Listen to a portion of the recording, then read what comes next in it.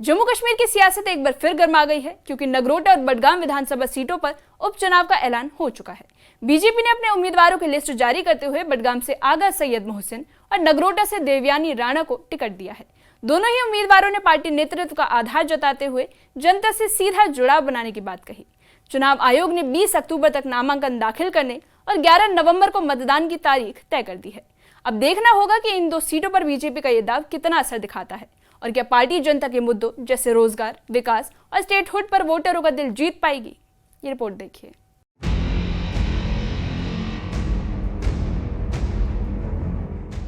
जम्मू कश्मीर की राजनीति में हलचल मची हुई है।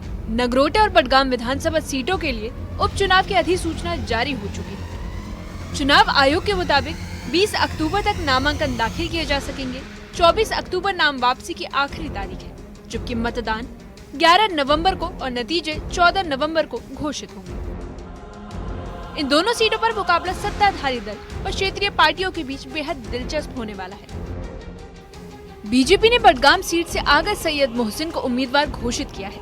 आगा सैयद मोहसिन ने टिकट के लिए पार्टी नेतृत्व का आभार जताते हुए कहा कि जो वादे पहले पूरे नहीं हुए थे, अब वे उन्हें साकार करेंगे। उन्होंने नेशनल कॉन्फ्रेंस और पीडीपी पर निशाना साधते हुए कहा कि पार्टियों ने बडगाम की जनता को सिर्फ वादों में उलझा कर रखा है। अगर उमर अब्दुल्ला साहब ने यहाँ से इलेक्शन लड़ा, 1 साल उसकी सरकार बनी, उसने यहाँ से रिजाइन दिया, आज तक उन्होंने एज सीएम बडगाम कॉन्स्टिट्यूंसी में कब विजिट किया? उसके पास उन्होंने बोला हम 2-2 सिलेंडर, हमने उन बोला 2-2 सिलेंडर देंगे, हमने 5-5 किलो राशन ज्यादा देंगे, उसके साथ हमारे यहाँ 200 बिजली मेगावाट फ्री ऑफ कॉस्ट देंगे जो इनके पास। मगर आज 1 साल, उसका 1 साल से भी ज्यादा हुआ, मुझे कहीं नजर नहीं आ रहा। आज लोगों को पता है आज यहाँ नेशनल कॉन्फ्रेंस ने क्या किया, नेशनल कॉन्फ्रेंस ने क्या दिया, नेशनल कॉन्फ्रेंस ने क्या दिया, भारतीय जनता पार्टी ने 10 साल में क्या दिया।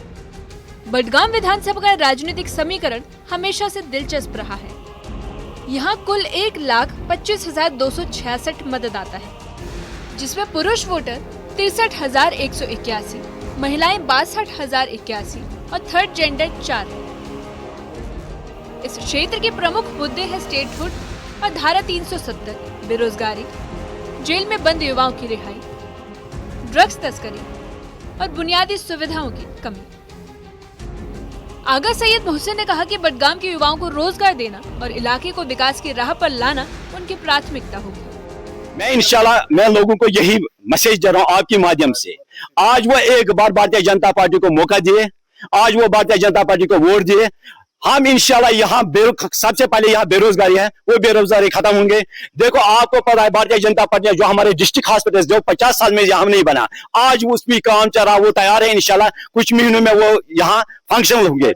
उसके साथ क्रिटिकल हॉस्पिटल 100 बेड का, ये उम्मीद ही नहीं है। आज हमारे निर्गुण से एजाल तक जो हमारे यहाँ 32 करोड़ का प्रोजेक्ट बना, वो भी भारतीय जनता पार्टी ने है। हमें पता है, हमने काम किया यहाँ ग्राउंड पे, जो फालतू एरिया में भारतीय जनता पार्टी ने काम किया, उसने अभी तक उसको यहाँ से नहीं मिला। इंशाल्लाह उम्मीद है कि आज भारतीय जनता पार्टी को वोट मिलेंगे। वहीं नगरोटा सीट से बीजेपी ने दिवंगत देवेंद्र सिंह राणा की बेटी देवयानी राणा को टिकट दिया है। देवयानी ने पार्टी नेतृत्व का धन्यवाद देते हुए कहा कि वो राणा साहब के सपनों को साकार करेंगे। उन्होंने कहा कि नगरोटा के विकास के लिए जो विजन देवेंद्र राणा लेकर चलते थे, अब उसे आगे बढ़ाना उनका कर्तव्य है। देवयानी ने कहा कि बीजेपी महिलाओं और युवाओं के सशक्तिकरण के लिए लगातार काम कर रही है।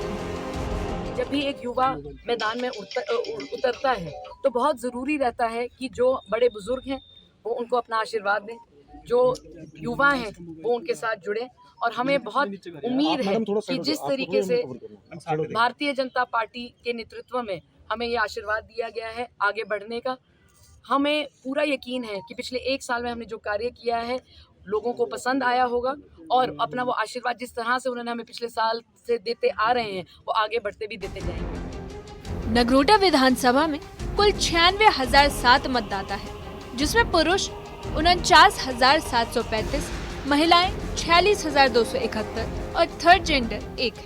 यहाँ के प्रमुख मुद्दों में रोजगार, सड़क, बिजली, पानी और आतंकवाद के खतरे शामिल हैं। देवयानी राणा ने कहा कि वो लोगों के बीच जाकर हर समस्या का समाधान खोजेंगी। उनका दावा है कि नगरोटा की जनता बीजेपी पर भरोसा कर चुकी है और इस बार का चुनाव विकास और स्थिरता के नाम पर लड़ा जाएगा।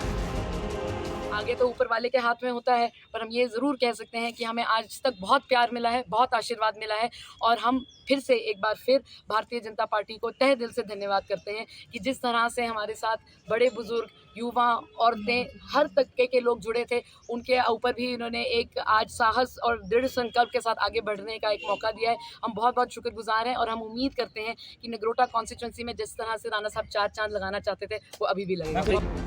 बडगाम में बीजेपी उम्मीदवार आगा सैयद मोहसिन ने नेशनल कॉन्फ्रेंस और पीडीपी पर निशाना साधते हुए कहा कि पिछले 50 सालों में जो काम नहीं हुए उन्हें अब बीजेपी पूरा करेगी। वहीं नगरोटा से उम्मीदवार देवयानी राणा ने दिवंगत देवेंद्र राणा के अधूरे सपने को साकार करने का संकल्प दोहराया। दोनों नेताओं ने विकास, रोजगार और सुरक्षा को अपनी प्राथमिकता बताया है, तो वहीं दूसरी ओर नेशनल कॉन्फ्रेंस और अन्य विपक्षी दल भी मैदान में उतरने की तैयारी में जुट गए।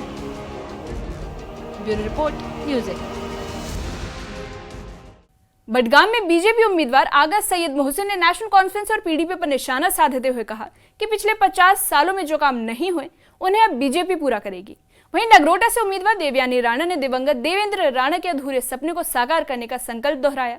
दोनों नेताओं ने विकास, रोजगार और सुरक्षा को अपनी प्राथमिकता बताया है। वहीं दूसरी ओर नेशनल कॉन्फ्रेंस और अन्य विपक्षी दल भी मैदान में उतरने की तैयारी कर रहे हैं। वहीं 11 नवंबर को दोनों सीटों पर मतदान होगा और 14 नवंबर को नतीजे घोषित किए जाएंगे। अब सबकी निगाहें इस बात पर टिकी है कि इन उपचुनावों में जनता किस पार्टी पर अपना भरोसा जताती है और कौन बनता है इन सीटों का नया चेहरा।